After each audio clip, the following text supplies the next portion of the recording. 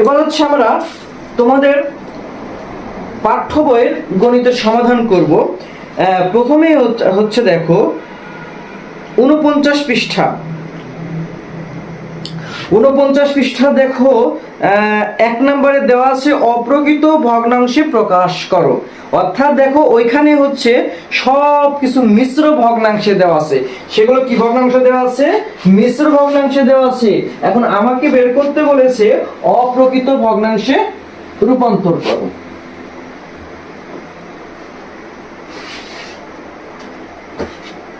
দেখো কয় নম্বর অঙ্ক? 1 নম্বর।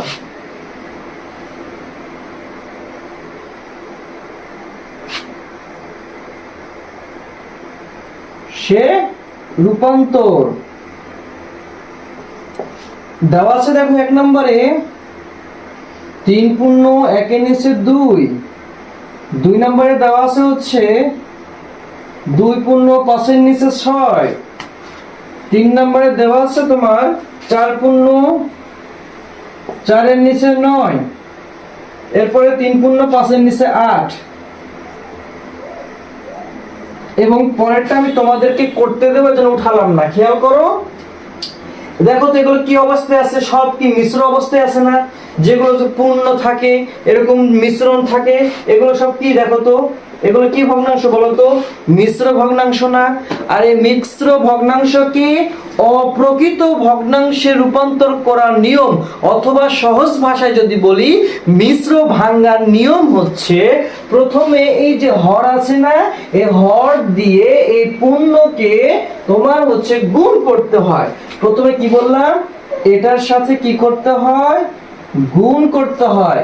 গুণ করার পরে যা হবে তার সাথে উপরেরটা যোগ করতে হয়। তাহলে পূর্ণর সাথে গুণ করতে হয়, উপরেরটার সাথে কি করতে হয়?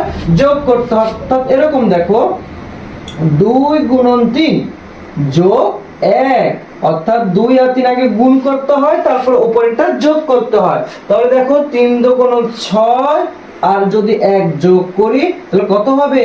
7 হবে। এখন আসো কিভাবে আমরা লিখবো এটা। এখানে নিচে যে হরটা আছে না, এই হরটা এখানেই থাকবে। আর এটার সাথে এই যে হর পূর্ণের সাথে গুণ করার পরে লব যখন আমরা যোগ করলাম, তখন এটা আমরা উপরে লিখবো 3 দুগুণ 6 আর 1 7। তাহলে কত হলো? 7 এর নিচে 2। এরপর এটাকে আমরা কিভাবে ভাঙবো? দেখো তো 6 দিয়ে 2 এর সাথে কি করব? গুণ করব। 6 দুগুণ কত হয়? 6 দুগুণ 12। এবং এটা কি করব? যোগ করব। তাহলে 12 আর 5 যদি যোগ করো তাহলে হচ্ছে 17। তার নিচে আছে হচ্ছে 6। আবারও বলি, 6 আর 2 কি করতে হবে? গুণ। এবং গুণ করে উপরেরটা যোগ। যোগ করলে দেখো 17 আসে। আর এখানে হর যা আছে তাই দিতে হবে। এখানে কি হবে বলো তো ভাইয়া? এই 9 দিয়ে 4 এর সাথে গুণ করব। 9 আর 4 গুণ করলে 4 নং 36। এবং উপরে যে 4 আছে এই 4টা হচ্ছে যোগ করব।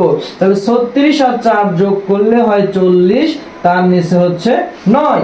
এরপরে দেখো তো ভাইয়া, এই 8 আর 3 কি করব? গুণ করব। 3 আসছে 24। আর ওই যে 5 আছে, 5 উপরেরটা যোগ করব। তাহলে 24 আর 5 হচ্ছে 29। 29 এর নিচে কি আছে বলো তো? 8।